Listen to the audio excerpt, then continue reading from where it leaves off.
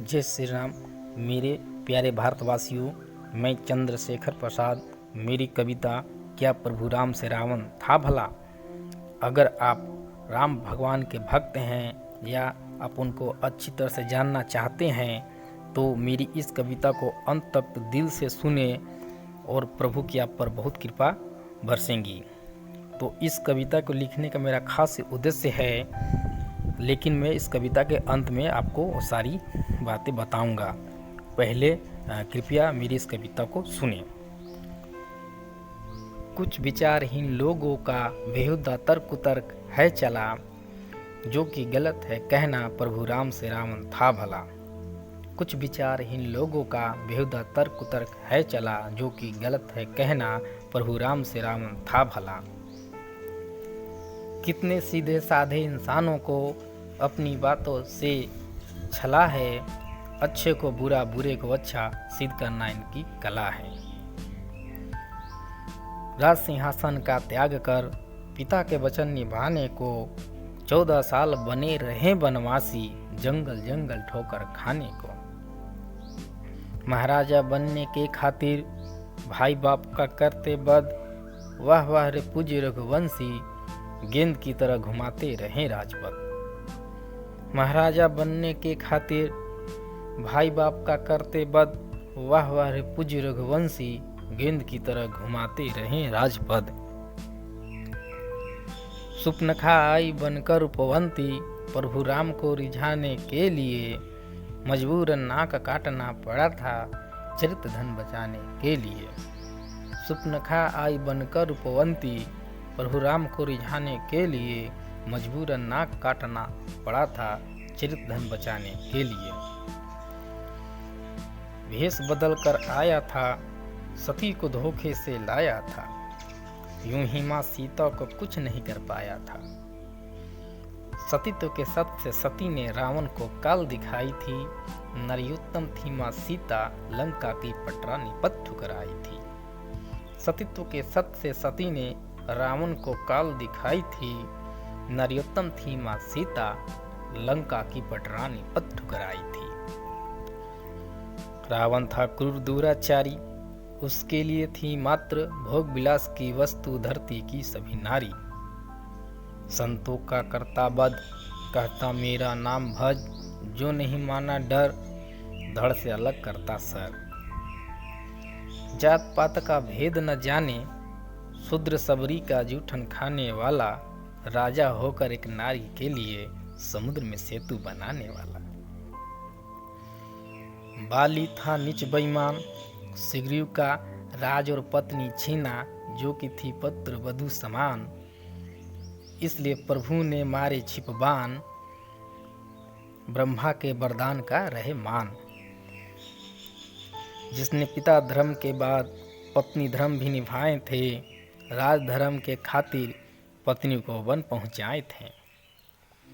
चक्रवर्ती राजा होकर भी महल में जमीन पर सोना, अपने दिल ही दिल में सीते सीते कह दुखित होना। चाहते तो कितनी राजकुमारी उनके कदमों में होती, पत्नी धर्म में थे वैराग्य, हृदय में जलती सन्यासी ज्योति। चाहते तो कितनी राजकुमारी उनके कदमों में होती, पत्नी धर्म में थे वैराग्य, हृदय में जलती सन्यासी ज्योति।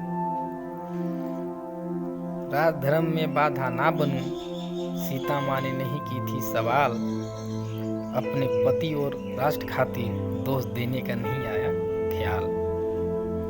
राज धर्म में बाधा ना बनूं, सीता माँ ने नहीं की थी सवाल, अपने पति और राष्ट्र के खातिर दोष देने का नहीं आया ख्याल। कुछ विचारहीन लोगों का बेहुदा तर्क कुतर्क है चला, जो कि गलत है कहना प्रभु राम से रावण था भला, जो कि गलत है कहना प्रभु राम से रावण था भला। तो दोस्तों, ये कविता लिखने का खास मेरा उद्देश्य ये था कि जब मैं 3 साल पहले यूट्यूब पर देखा कि बहुत सारी कविताएं या वीडियो डाली गई हैं जिसमें रावण की प्रशंसा की गई है और कहीं कि प्रभु श्री राम पर सवाल खड़े किए गए हैं और एक तरह से निंदा की गई है, तो मैं आप लोगों को बता देना चाहता हूँ, आप लोगों को ये कह सूचित करना चाहता हूँ कि अगर पूरी तरह से रामायण की जानकारी आप स्वयं अपने बच्चे को, अपने शिष्य को नहीं देंगे तो कोई भी गलत तरह से तर्क से सही को गलत को सही करके और रामायण के बारे में बता सकता है, भ्रांति फैला सकता है, जिससे क्या हो सकता है कि हमारे आस्था के जड़ को हिला सकता है। तो जय श्री राम का नारा लगाते हैं, अच्छी बात है, लेकिन उससे बढ़कर है कि राम भगवान के चरित्र का मनन कीजिए, ताकि देखिए चरित्र को मनन कीजिएगा तभी हम लोग कुछ गुण उनका हमारे अंदर आएगा। तो हम लोग को संकल्प लेना चाहिए कि राम भगवान का चरित्र को हमेशा खुद अपने जो है कि मस्तिष्क में रखना चाहिए, अपने चित्त पर रखना चाहिए। राम भगवान को जानने से ये फायदा है कि एक अच्छे पुत्र का, एक आज्ञाकारी पुत्र, एक आज्ञाकारी शिष्य, एक आज्ञाकारी शासक और समाज सेवक का जो है कि निर्माण होगा। राम भगवान जो है कि वीर हैं और बहुत वीर रहते हुए भी वो धीर हैं और असहाय को सहायता करते हैं और दरकार पड़ने पर अधर्मियों का विनाश करते हैं। तो हम लोग को सभी को राम भगवान का, यहाँ पर देखिए क्या क्या सवाल उठाते हैं रामायण में कि जो एक नारी थी सुपने का, उसका नाक क्यों काटे, जो कि मेरा कविता वर्णन है। यहाँ सवाल उठा है कि रावण की प्रशंसा करते कि सीता माँ का इसे हाथ नहीं लगाया था, तो सीता माँ के सत्य से डर गया था, इसलिए वो लंका का जो पटरानी पद का लालच दिया था। तो रावण कोई शरीफ नहीं था, वो मजबूरन में हाथ नहीं लगाया था। तीसरी बात कि बाली को क्यों मारे, तो बाली दुष्ट था, अपने छोटे भाई का बहू को जो कि रख लिया था, राज छीन लिया था, जो कि उसके पुत्र वधु समान थी।